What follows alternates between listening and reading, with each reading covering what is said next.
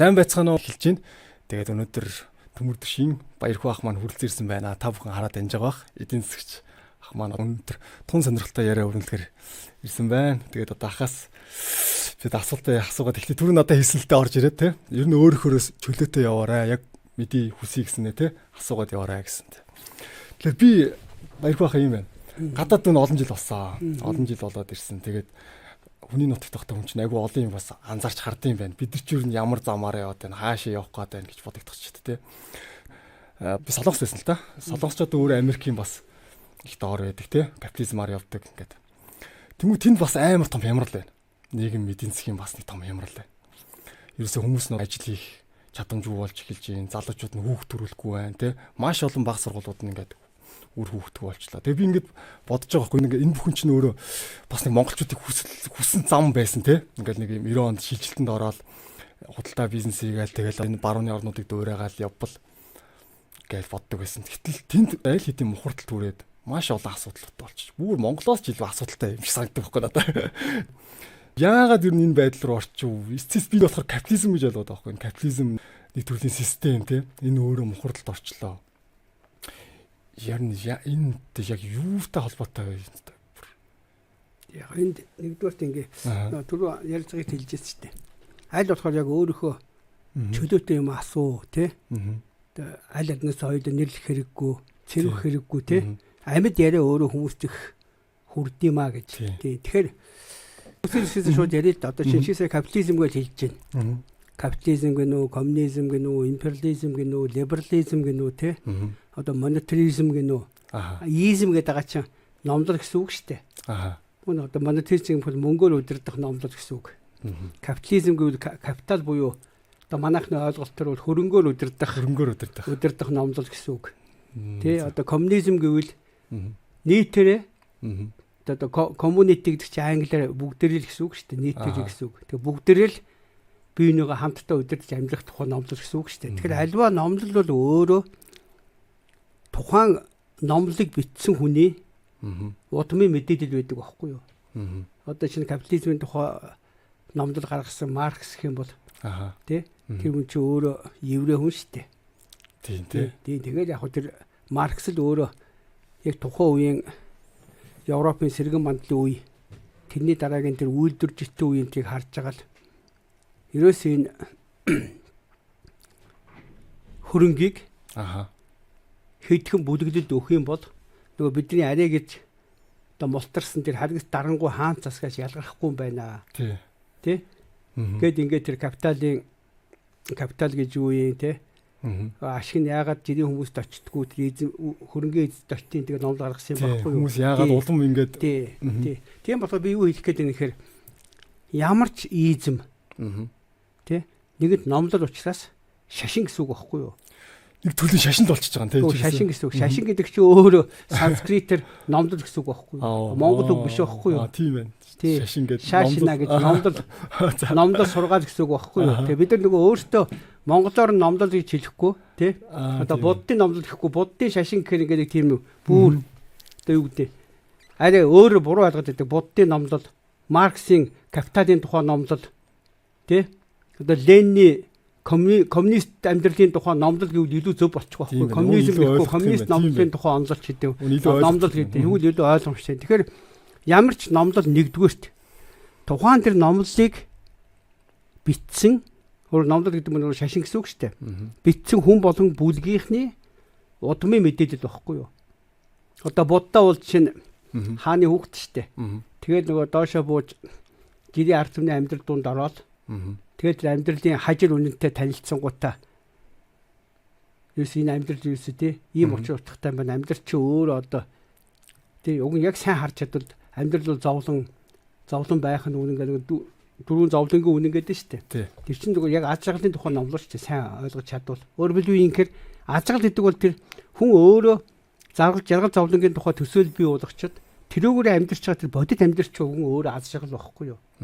Тэгэхээр би юу хэлэх гээд байна гэхээр нэгдүгээрт альва нэг изм буюу шашин маань өөрөө тэрийг анх номлолыг гаргасан хүний удмын мэдээлэл тэр хүн чинь өөрөө дэлхийн газар зүйн байрлал аль хэсэгт байдیں۔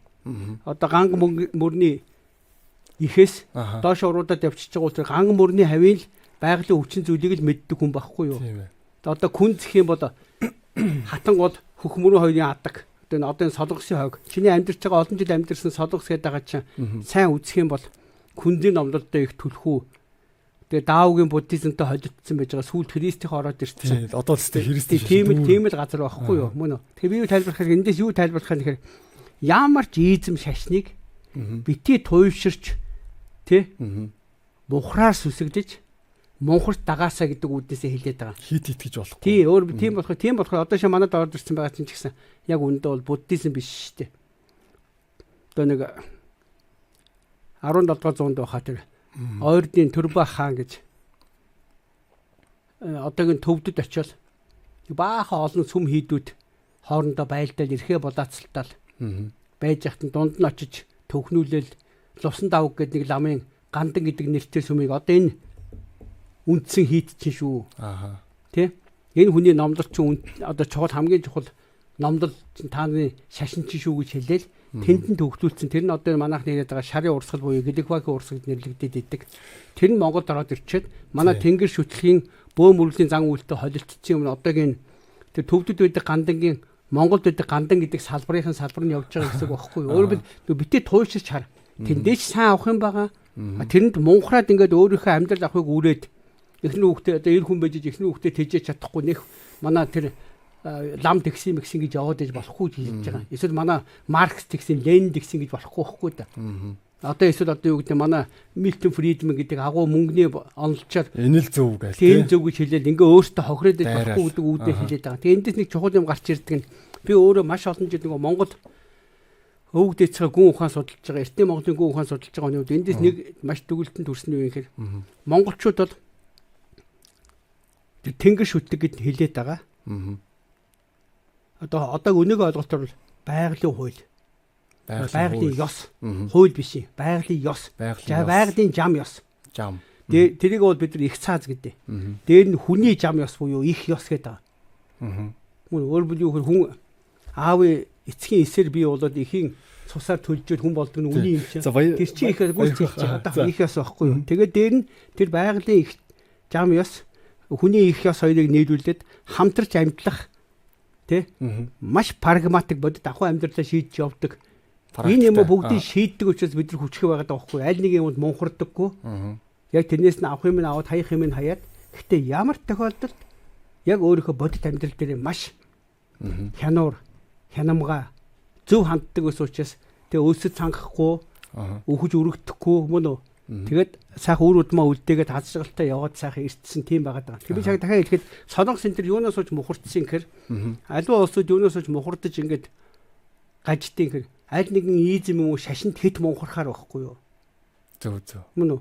Тэгэхээр саний хэлдгээр нэг номлолт одоо хит авдаг. Тэгээ өөрөөр ямарваа нэг номлолыг зүгээр сайтай муутай нь үзээд авах гээх ухнаар хандаг ухаа зориосыг л өнөөдөр одоо энэ хямраад байгаа улсууд яг туйширсан байгаа байхгүй маш туйширсных нэгдүгээр туйширч тэрэнд мунхарсных хоёрдугаар мухраар сүсгэснийх байхгүй юу? Мухраар арсных. Мухар сүсгэх гэж. Та нөгөө нэг ингээ ярьдаг шүү дээ. Одоо ингээд тэнд дэдэг ард юм, энд дэдэг ард юм, удмын мэдээлэл те.